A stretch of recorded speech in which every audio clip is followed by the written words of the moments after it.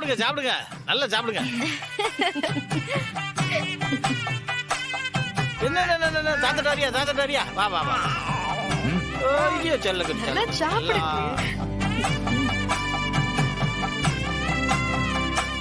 இல்ல ரத்னா, வீரா, இசக்கி எல்லாருக்கும் ஒண்ணு சொல்லுதேன், கவனமா கேட்டுக்கிடுங்க. இந்த அண்ணனால முடிஞ்ச அளவுக்கு உங்க எல்லாருக்கும் ஒரு நல்ல வாழ்க்கையை ஏற்படுத்தி கொடுத்துருக்கேன். உங்களை கட்டி இருக்கிற மாப்பிள்ள எல்லாம் தங்கத்திலயும் தங்கமானவனுவ.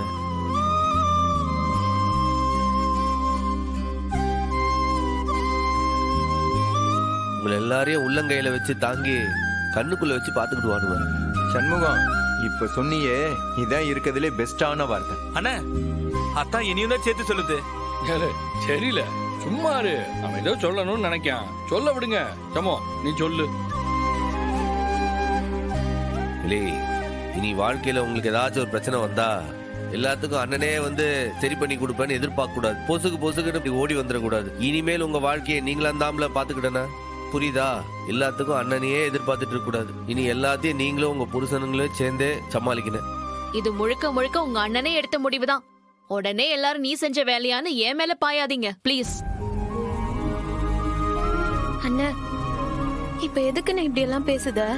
இல்லை, எல்லாம் ஒரு காரணமா தான்ல. இல்லை, உங்க எல்லாரையும் நான் தைரியமான பொண்ணுங்களா தான் வளர்ந்துருக்கேன். நிச்சயம் உங்க வாழ்க்கையை உங்களால சமாளிச்சுக்கிட முடியும். அந்த நம்பிக்கை எனக்கு இருக்கு. ஏன் இப்படி பேசுற? எப்படியும் எங்க கூட தானே இருக்க போற. ரத்னா, அதத்தான் சண்முகம் சொன்னா. அப்படி என்ன எப்ப பார்த்தாலும் பிரச்சனைன்னா கூட வந்துகிட்டே இருக்கணுமாமா? பிரச்சனைன்னு வந்தா அதை நாம தான் சால்வ் பண்ணணும். அப்பதான் நம்மளால வளர முடியும். அதத்தான் சொல்றா. அப்படி புரிஞ்சுக்கோ. எத்தா வீரா, இசக்கி உங்களுக்கும் சேர்த்துதான் உன் அண்ணன் சொல்லுதான். ஏதாவது ஒரு பிரச்சனைன்னா உன் மாமங்கார்ட்ட வந்து மல்லுக்கு நின்றுட்டு இருக்க முடியாது. நீங்க தான் உங்க பிரச்சனையை பார்த்து சமாளிச்சுக்கணும், புரியுதா? ஆமாப்பா, அதுவும் சரிதான்.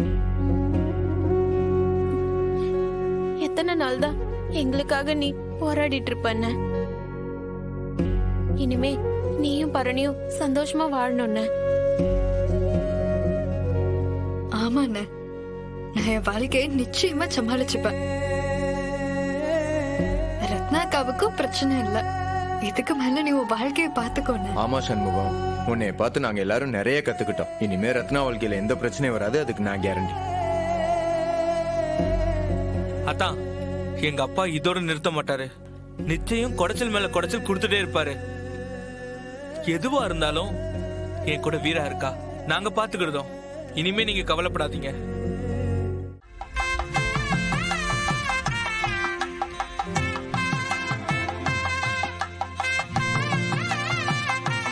மாமா பாரு, பாய் சொல்லு. போயிட்டு வரேன். பாத்து போயிட்டு வாங்க. சரி வரேன். டீ பாத்துக்கோ. பாத்து வரமா குழந்தை பத்திரம். ஏய் ஜாலா, நீ பண்றா. சரி சண்முகம், நான் கிளம்புறேன். வர சரி, நாளைக்கு வரேன். போய் வரேன். பாய் பாய் மாமா. போலாம். சரிக்கானே, உள்ள வா.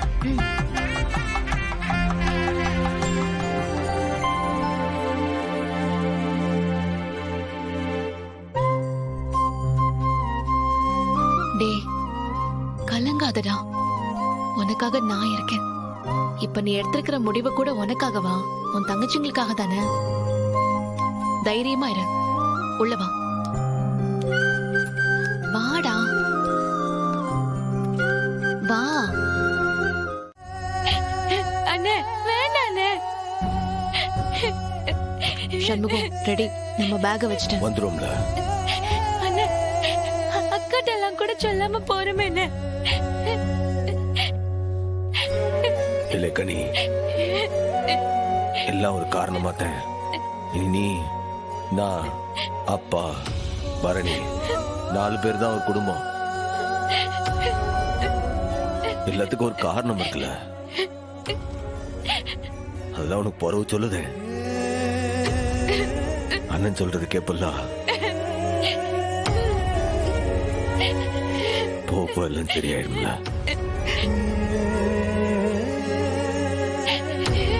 போ சொல்லுப்பா. இல்லை, நான் பெத்த பிள்ளைகிட்ட கூட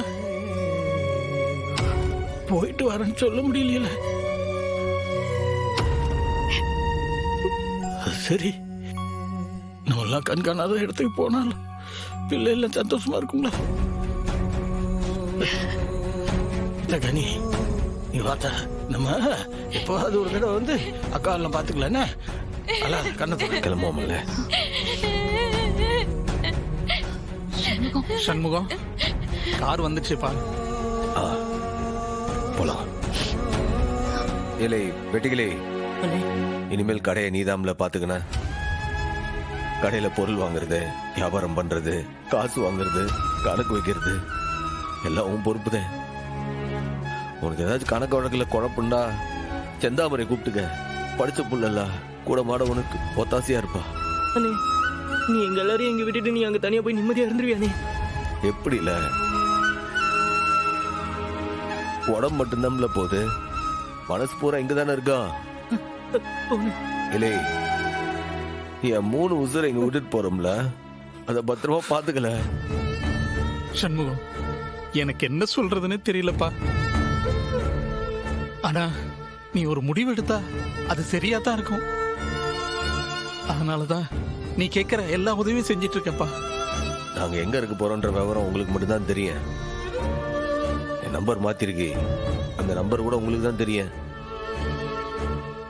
இந்த முத்துப்பாண்டி உன்னை வந்து அதட்டி கேட்பான். அந்த வெள்ளக்காட்டா ஏதாச்சும் புத்திசாலித்தனமா உன்னை ஏமாத்தி கேட்க பார்ப்பான். தங்கச்சிங்களாம் வந்து உன்னை அழுது கிழுது கேட்குங்க. 6 கிட்டே நாங்க இருக்கிற இடத்த சொல்லிட கூடாது, புரியுதா? இல்ல வெட்டுக்கு யார்ட்டையும் ஒளிடாத. எப்போ கூடவே 2 பேரையும் தான் அண்ணன் கூட்டிட்டு போகுதுல்ல, அதனால நான் யார்கிட்டயும் சொல்ல மாட்டேன்.